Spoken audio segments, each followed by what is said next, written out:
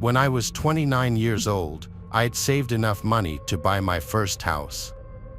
It wasn't anything special, and honestly, all things considered, it wasn't in the best neighborhood either.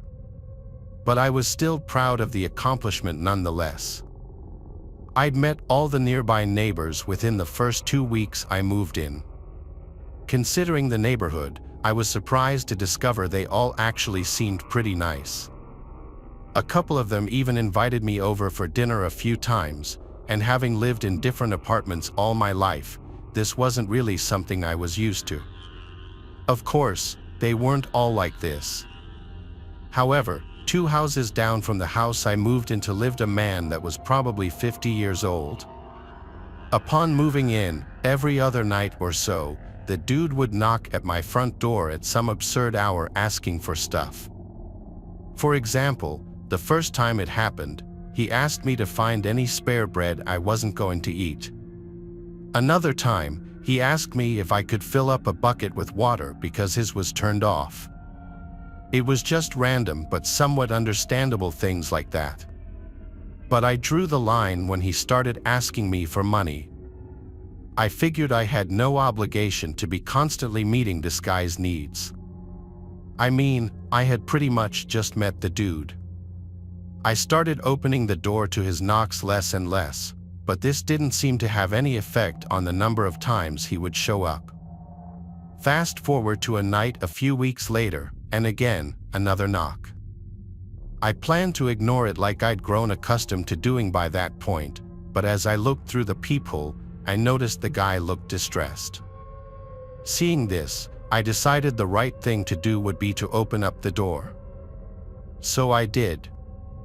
I asked him what he needed, and what he responded with was not at all the type of response I was expecting. He asked me if I could come over and show him how to use his new grill. Now, this happened around midnight, which in my opinion was an extremely odd time to start grilling. But against my better judgment, I decided I would help him. I was pretty into cooking at that point in my life and figured taking 10 minutes to show the guy how a grill worked wouldn't be the end of the world. I told him that I'd be over in a second and that I just needed to put some shoes on. He thanked me and started walking back. A couple of minutes later, I made my way over to his house. I opened some gate and walked into his backyard. It was dark, so it was hard to see, but it was clear there was no grill. On top of that, the guy was nowhere in sight, although his back door was wide open. I stuck my head inside and yelled out for the guy. "Yeah, I'm down here. I need your help getting some meat from the freezer." The muffled response came from down a set of stairs just to the left of me. I was hesitant to go down. There were no lights on down there. In fact, there wasn't a single light on throughout the whole house. I yelled down the stairs, asking him if he could turn on a light so I could see. There was silence for a few seconds. Eventually, he responded, "No, they're broken. I can't do that." I knew something was off at that point. I yelled back something like, "I think I'm just gonna go, man." I kid you not, the second after I said this, audible footsteps started sprinting up the stairs. My flight reaction kicked in immediately. I ran directly back to my house and locked the door behind me. I pulled back a set of curtains and looked out one of my windows, but I didn't see anything. I was terrified. I thought about calling the police, but decided against it, figuring I really wouldn't be able to prove anything that just happened. For the next few days, I didn't leave my house for anything except work. During those days, I never saw the guy nor did any late-night knocks occur. Exactly 1 week after it happened, I was talking with my neighbor across the street. The conversation eventually landed on what I experienced and how I was planning to move because of it. But I was just met with a look of confusion. I was then informed that no one lived in the house I was talking about. It had been abandoned for 2 years. This prompted my neighbor to call the police. However, the police would find nothing inside or around the house. I moved out a few weeks later, so that's all I know. I'm not sure if anything else came from the situation or not. I still don't know who that guy was or what he was trying to lure me into.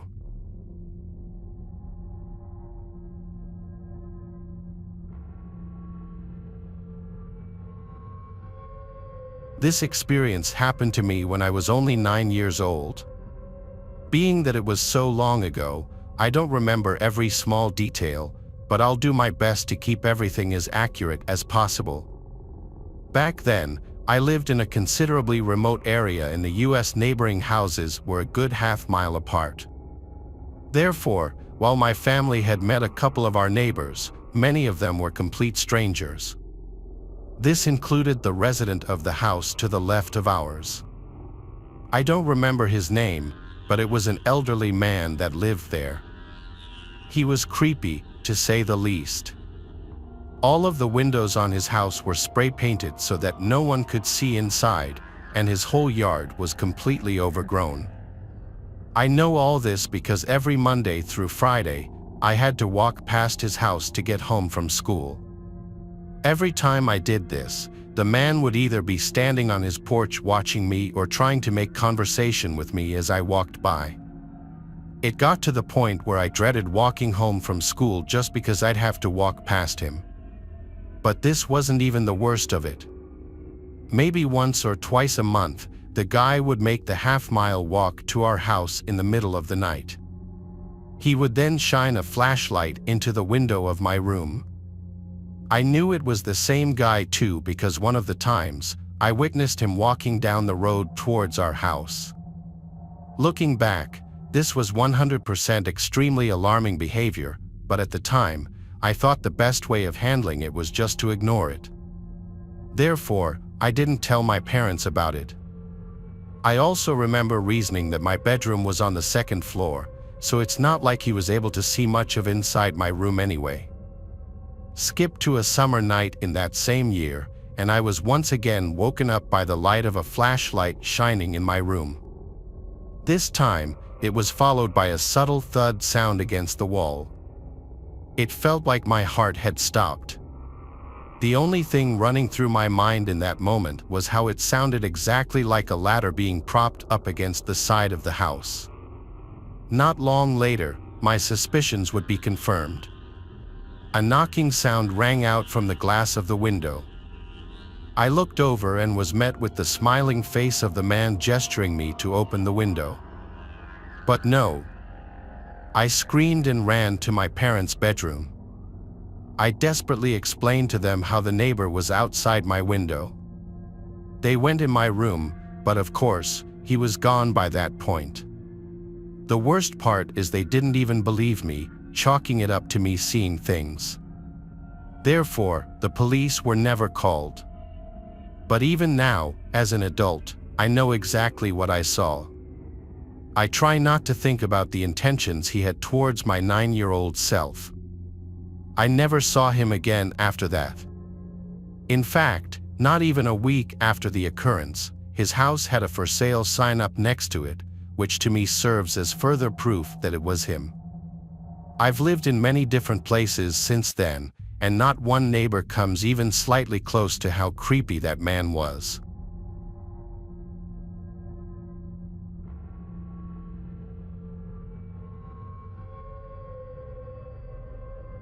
My 2 kids, Audrey and Radley, are twins. They're 6 years old.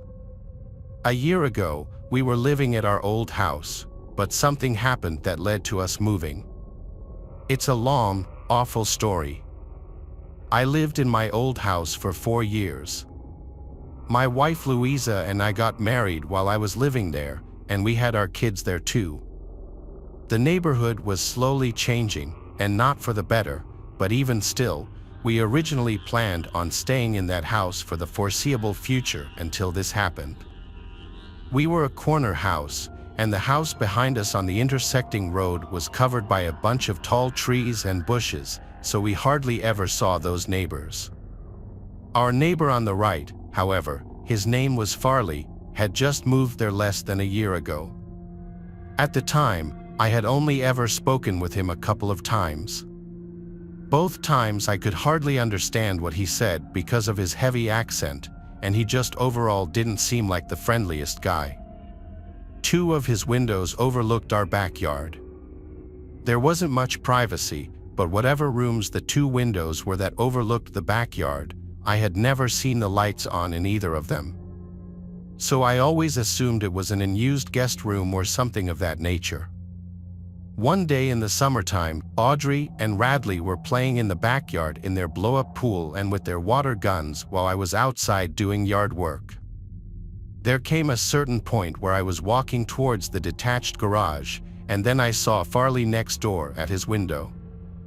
For a second, only half a second after noticing him, did he turn and walk away from the window. It was slightly odd for sure, but I left it alone. Later that day, as the sun was going down, the kids went back outside to play again. It was a very hot day, so they went back in their blow-up pool while Louisa and I were in the kitchen as she was making dinner. Then the kids' laughter went quiet for a while, and suddenly Radley came inside and said there was a flashing light from the neighbor's window. I had to follow him into the backyard to ask him to show me what he was talking about. He pointed to one of Farley's upstairs windows that overlooked the backyard, and he said there was a white light that kept coming from that window. I immediately assumed the worst and asked the twins if it looked like a camera flash. They both said yes. I told them it was time to dry off and come inside. So I helped them dry themselves and then brought them in where I went to tell Louisa about this. She immediately assumed the worst, just like me. She said I should go next door and knock on Farley's door. So I did, but when I did, he never answered the door. His car was even in the driveway, so he had to be home. After a few attempts at knocking and ringing the bell, I gave up and went back to my house. I told Louisa he wasn't opening up, which made what the kids said seem even more credible. While we couldn't prove that the white light the kids were seeing was a camera flash, it sure did sound like it, and it was concerning to hear. Some time passed, maybe even weeks, before one night when Louisa and I were in the bedroom, we heard our side gate being quietly opened and closed outside. Louisa wanted me to go check outside, so I stepped out into the backyard and looked around. I had on all the lights as I searched. I found nothing and nobody, but I noticed the lights in Farley's backyard were on. I went over to look over the fence into his yard, and I nearly jumped out of my skin when he came up to the fence from the other side and asked if I needed something. I asked him if he'd seen or heard anyone sneaking through our yard. He said no. I took this time to also ask him bluntly if he had, by chance, been watching my kids, as they thought someone was at his window taking pictures of them playing in the pool. His reaction to this was a bit suspicious. He acted overly offended to my asking this, almost yelling at me for such an accusation. Again, without proof, I couldn't, nor did I want to, start issues with a neighbor. I apologized and went back inside. Louisa was not happy about this, saying he's full of it. The next incident didn't happen until another few weeks later. This time it was in the middle of the night when we were asleep. I woke up to Louisa shaking me in a panic. I looked around the room, confused at first, but then when I heard the kids screaming from their room, I exploded from the bed and ran downstairs to the kids' room. Radley was awake and crying, and I found out a few seconds later that his crying and screaming had awoken Audrey, who was crying and screaming in reaction to him. Radley said there was someone outside the window a second ago, and there was a camera flash from the window. I got goosebumps, but I also felt my blood begin to boil. All I could say was, "What did he look like?" He said he didn't see. I brought the kids up to our room to sleep in the bed with us. With the lights off, I peeked out our bedroom window to look across at Farley's unlit house next door. I looked at each window of his house, and I found him. He, just like me, was peeking out one of the upstairs windows in that same room that overlooks the backyard. I stormed outside next door and rang his doorbell like 15 times. He never opened his door. I did call the police just to make a report on Farley. That way, if any future reports were made about him from other people, maybe the police department would look into him. I never saw him again. Sometimes I'd sit out front, waiting to see him outside, but he'd clearly avoid coming outside when I'd be out there. Because of this, we ended up moving within a month to a new house in a different but nearby town, which has proven to be a better place to raise the kids anyway.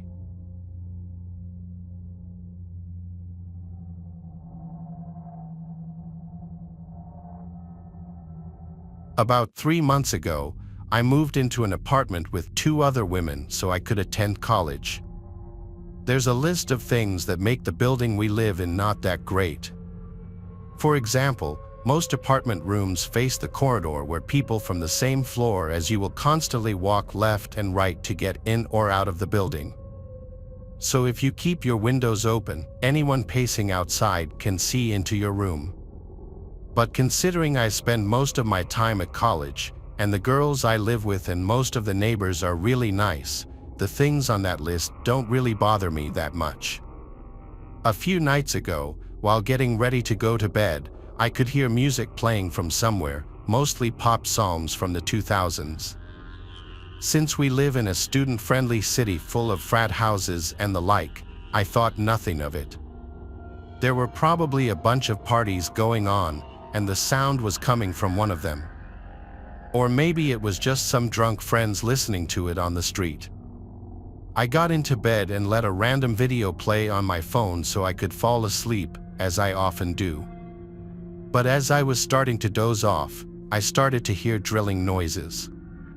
At first, I thought I was just sleepy and hearing things, or maybe it was coming from my phone. But I paused the video and listened closely. There was definitely someone using a drill somewhere nearby. I got up and walked around the apartment, feeling confused. It was around 10:30 p.m., so there was no way that someone could be working still. The sound was louder at my bedroom window, so I opened it to check and quickly realized that it was coming from the neighboring apartment, the one that's closest to my window.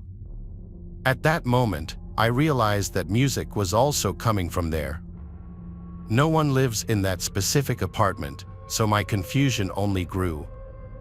But then I figured maybe someone had planned to rent it, talked it over with the landlord, and he ordered for something in it to be fixed. Still, the fact that they were doing it so late into a Thursday felt really strange. I went back to trying to sleep, but they wouldn't stop making noise. I was texting a friend and eventually started complaining about it, sending him audios and even a video directed at the window that all the noise was coming from. He said I should call the police because there was no way it was legal for someone to be doing this, especially in a building full of apartments. I decided against it since I just wanted to get some rest, and it was already past midnight by then. I forced myself to sleep through the drilling sounds, but a little past 1 o'clock in the morning, I woke up again, this time to hammering. Feeling stressed, but not enough to take action just yet, I tried to sleep once more, only to wake up again. This time, I didn't even check what time it was. I was totally fed up, so I just put on a robe and made my way to confront whoever it was.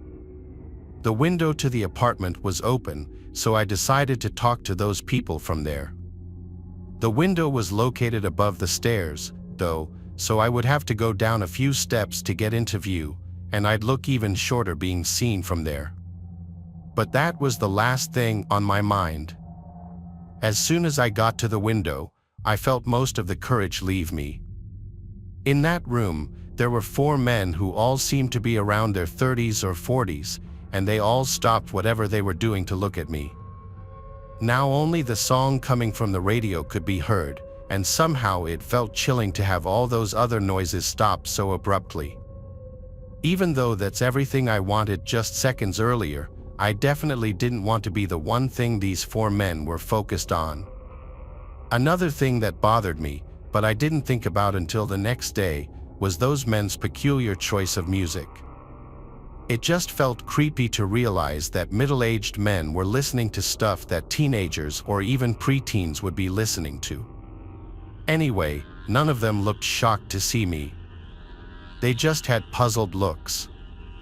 Remembering why I was there in the first place, I said, "Excuse me, it's pretty late and most people here have work early in the morning. If it's not too much to ask, can you guys do this some other time?" Now, mind you, I'm a pretty short and puny 19-year-old who didn't even think to put on something other than a robe. So when two of those 40-something-year-old men came to the window and towered over me, looking up and down at my body almost like predators, I froze up and felt the hairs on the back of my neck stand up. They were both sweaty and had their mouths agape, and one of them had a hammer that looked quite heavy in his hand. They started smiling in a sick, twisted way, and I felt a sudden urge to throw up.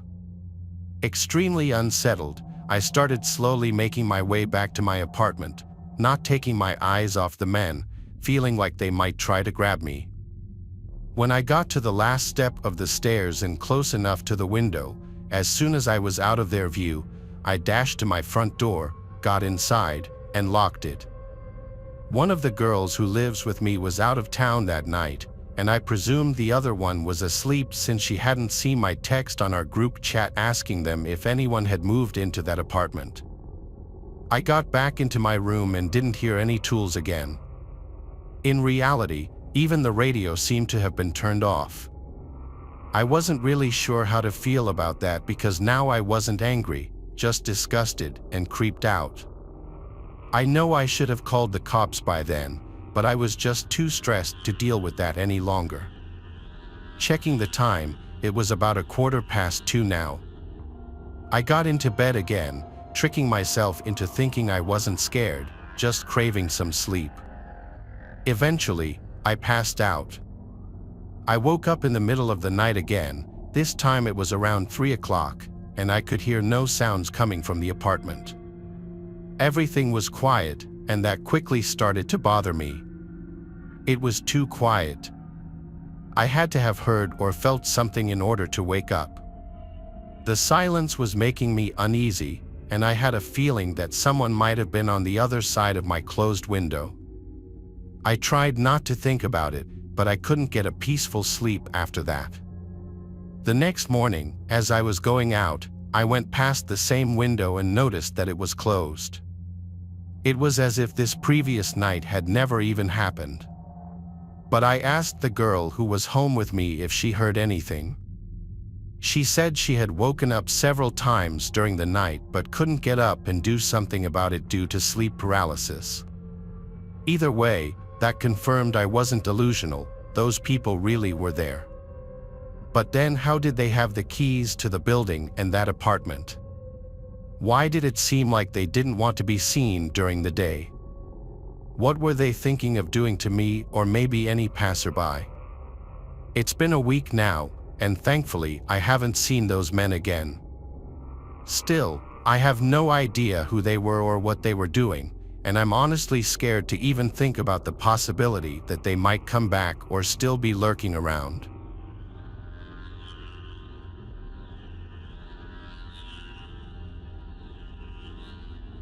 My boyfriend and I used to live in a small house that we were renting at the time. We were young and it was our first place, so we needed something affordable. We found a place for just $700. It was a 2-bedroom, 1-bath, 900-square-foot house. It was in a really rough part of town, but we thought if we minded our business, kept our noses down, and stayed alert, that we'd be fine. It was nothing fancy at all, but it was still more than what we needed. We both had jobs, only being paid $10 to $15 an hour, and we were both also full-time college students. So we were out of the house more than we were home, especially my boyfriend. He worked as a garbage man and got lots of overtime. He would get to work around 7 a.m. and sometimes wouldn't be home until 7:30 or 8 o'clock. Whereas I, on the other hand, worked at a salon for a new and upcoming small local business. I was paid under the table there, so it helped with taxes and the lack of hours I was working. My boyfriend, whose name is Arnold, by the way, took night classes for college. He was studying law but later changed to business after just a year. That's not really the point, but the point I'm trying to make is that he was hardly ever home, mostly to eat and sleep. Even on the weekends, he worked a part-time job for extra money. I would always have dinner ready for him every night so he could eat before class and so we could spend what little time we had together every night before he would have to leave at 9 o'clock for 4 hours. I would usually be sleeping by the time he got home. When Arnold returned home, I was nowhere to be found. Of course, he freaked out and filed a missing persons report after blowing up my phone and me not replying for over 30 minutes.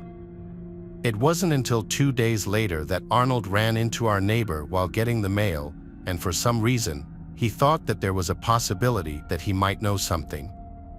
Arnold admitted that he didn't really think he did, but he was trying everything he could at first by asking anyone any kind of questions he could think of. He asked him when he saw me last and stuff like that. This is where things get much crazier. My boyfriend thought he was acting really weird, and way weirder than usual, so he called the cops on him. But since they didn't have any proof or probable cause, and they didn't have a warrant nor consent to search the house, it didn't go very far.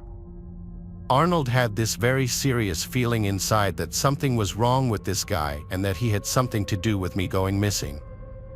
He literally snuck into our neighbor's house later that night after he saw him leave. The house was disgusting and was honestly as bad as some of the worst Hoarders episodes I've ever seen. He looked all around the house and was yelling for me in case I was in there. He had no clue if I really was, but I finally heard him yelling for me and I screamed as best as I could from downstairs with the duct tape covering my mouth. He didn't hear me yelling until he started to search downstairs for me. Yes, the man kidnapped me and did unspeakable things to me for days. Arnold got me out of there and we called the police. Of course, we lied a bit so Arnold didn't get charged with breaking and entering. We told police that Arnold heard me screaming down there and that he rushed in here to save me and that we called the police right away. We never had any issue with Arnold getting any charges, thankfully. I don't really like to talk about how he kidnapped me and how it all went down. It makes me too uncomfortable. I'll explain it briefly, though.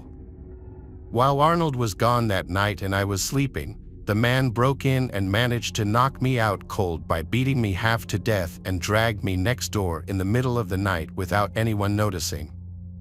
This story is very real, and what happened to me is still something I live with and sticks with me to this very day. He used to stare at me like a creeper every day, and we always thought he was strange, but never did we think it would come to this. I'm pretty sure this is literally every woman's worst nightmare.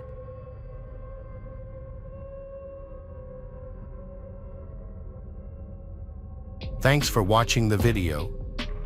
Subscribe to the channel and turn on notifications to watch the latest videos.